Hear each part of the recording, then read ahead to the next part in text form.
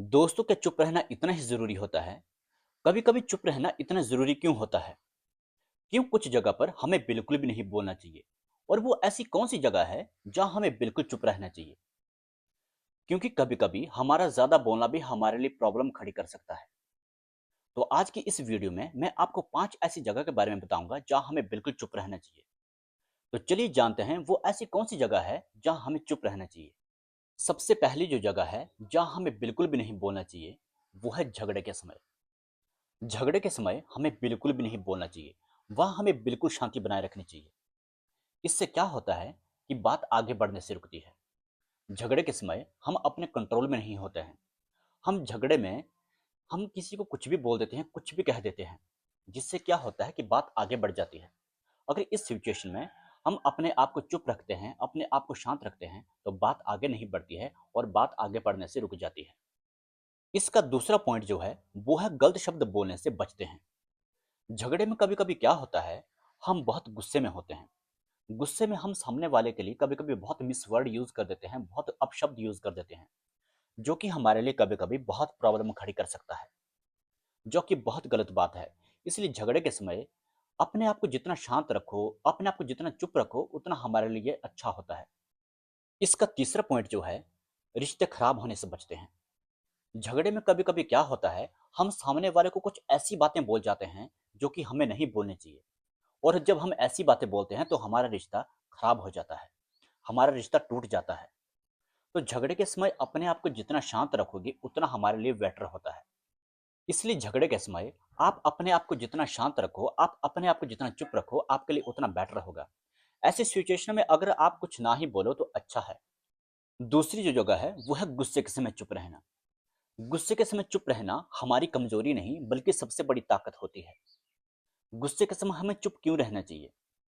इससे क्या होता है, इससे हमारा गुस्सा जो है वो कंट्रोल में रहता है। अगर गुस्से के समय हम अपने आप को चुप रखते हैं, अपने आप को शांत रखते हैं, इससे हमारा गुस्सा बिल्कुल कंट्रोल में रहता है और बात आगे नहीं बढ़ती है। और साथ ही साथ हम गलत फैसले लेने से भी बचते हैं।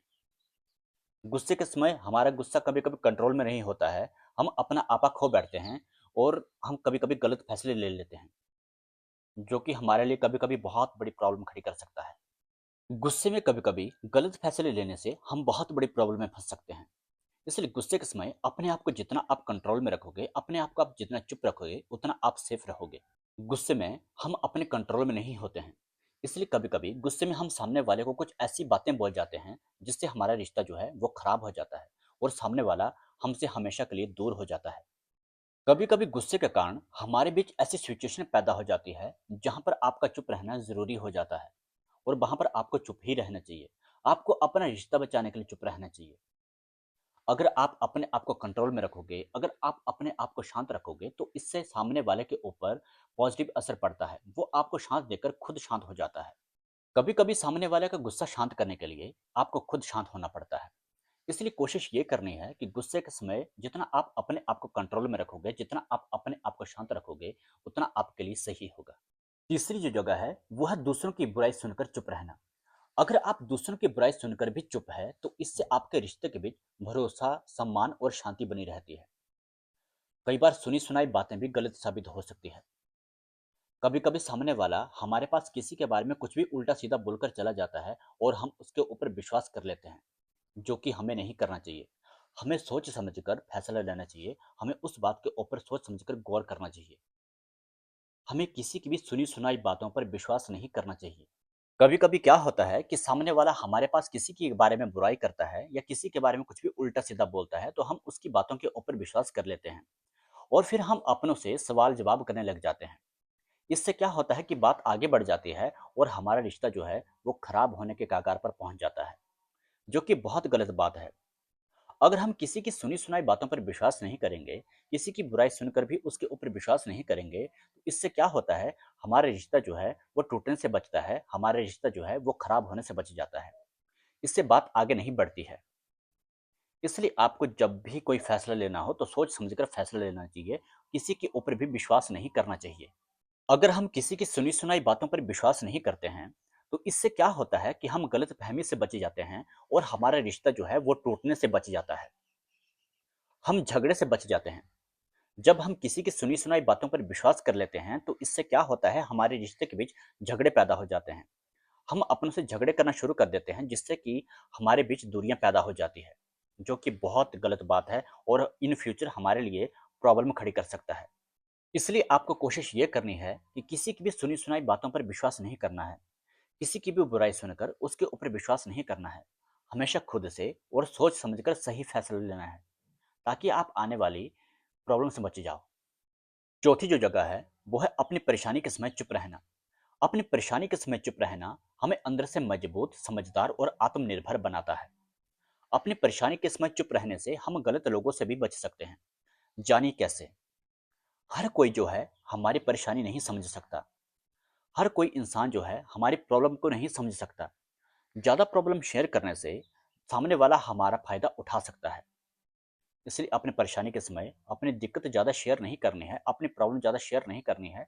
जितना हो सके उतना शांत रहो और खुद से सोच समझकर फैसला लो, ताकि सामने वाला दूसरा इंसान आपका फ़ायदा नहीं उठा सके।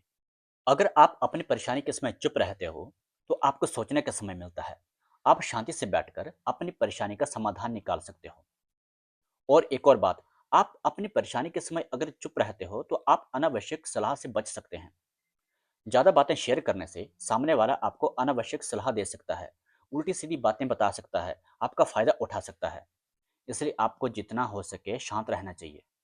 इसलिए आपको अपनी परेशानी के समय जितना हो सके चुप रहना है, थोड़ा धैर्य बनाए रखना है और थोड़ी-सी शांति बनाए रखनी है, और आपको सोच समझ कर ही फैसला लेना है। 5वीं और सबसे लास्ट जगह, सीक्रेट प्लान को शेयर करते समय। सीक्रेट प्लान को अगर आप चुप रखकर काम करोगे तो इससे आपकी सफलता के चांस बढ़ते हैं और आपकी जो रुकावटें होती हैं वो कम होती हैं। अगर सीक्रेट बातों के समय आप अपन आप को चुप रखते हैं तो इससे आपके प्लान जो हैं वो लीक होने से बचते हैं और आपकी सफलता के जो चांस हैं वो 100% तक बढ़ जाते हैं।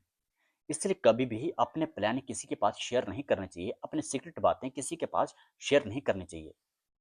इससे जो है वो आपके बीच बहुत सारी रुकावटें पैदा हो सकती हैं। अगर आप अपने सीक्रेट प्लान किसी के पास शेयर नहीं करते हैं तो इससे नज़र और जलन से बचाव होता है। कभी कभी क्या होता है कि हम अपने प्लान दूसरे के पास शेयर कर देते हैं, तो इससे लोगों की नज़र और जलन का खतरा रहता है और हमारे काम जो है वो कभी भी नहीं बनते हैं और बनते बनते काम जो है वो बिगड़ जाते हैं। इसलिए कभी भी अपने प्लान किसी के पास शेयर नहीं करने हैं, जितना हो सके चुप रहना चाहिए। ऐसी सिचुएशन में अगर हम अपने आप को चुप रखते हैं तो हम लोगों की फालतू राय से बच जाते हैं। अगर हम अपने प्लान दूसरे के पास शेयर करने लग जाते हैं तो लोग हमको फालतू राय देने लग जाते हैं, ताकि हमारे काम कभी भी ना बने। लोग हमको फालतू यहाँ वहाँ की बातें बताने लग जाएंगे, जिससे हमारा काम कभी भी नहीं बनेगा, जिससे आपके प्लान कभी भी सक्सेसफुल नहीं हो पाएंगे। आप अपने प्लान को सीक्रेट रखकर सही समय पर सफलता मिलने पर लोगों को सरप्राइज दे सकते हैं। पहले से ही लोगों के पास अपना ढिंढोरा नहीं पीटना है। जब आपको सफलता मिल जाएगी, जब आप सक्सेसफुल हो जाओगे, तब आप लोगों को एकदम से सरप्राइज दे सकते हैं। तब तक अपने प्लान को बिल्कुल सीक्रेट रखना है, तब तक आपको बिल्कुल चुप रहना है। आई होप आपको चुप रहने के फायदे जरूर समझ में आ गए होंगे और आप इन पांचों पॉइंट को अपनी लाइफ में जरूर अप्लाई करोगे। अगर आपको ये वीडियो हेल्पफुल लगी तो इस वीडियो को दूसरे लोगों के पास भी शेयर करो, ताकि उनको भी इस वीडियो से कुछ सीखने को मिल सके। अगर आप हमारे चैनल पर नए हैं तो हमारे चैनल को जरूर सब्सक्राइब कर दो और एक प्यारा सा लाइक कर दो, और कमेंट करके बताना कि आपको नेक्स्ट वीडियो किस टॉपिक के ऊपर चाहिए।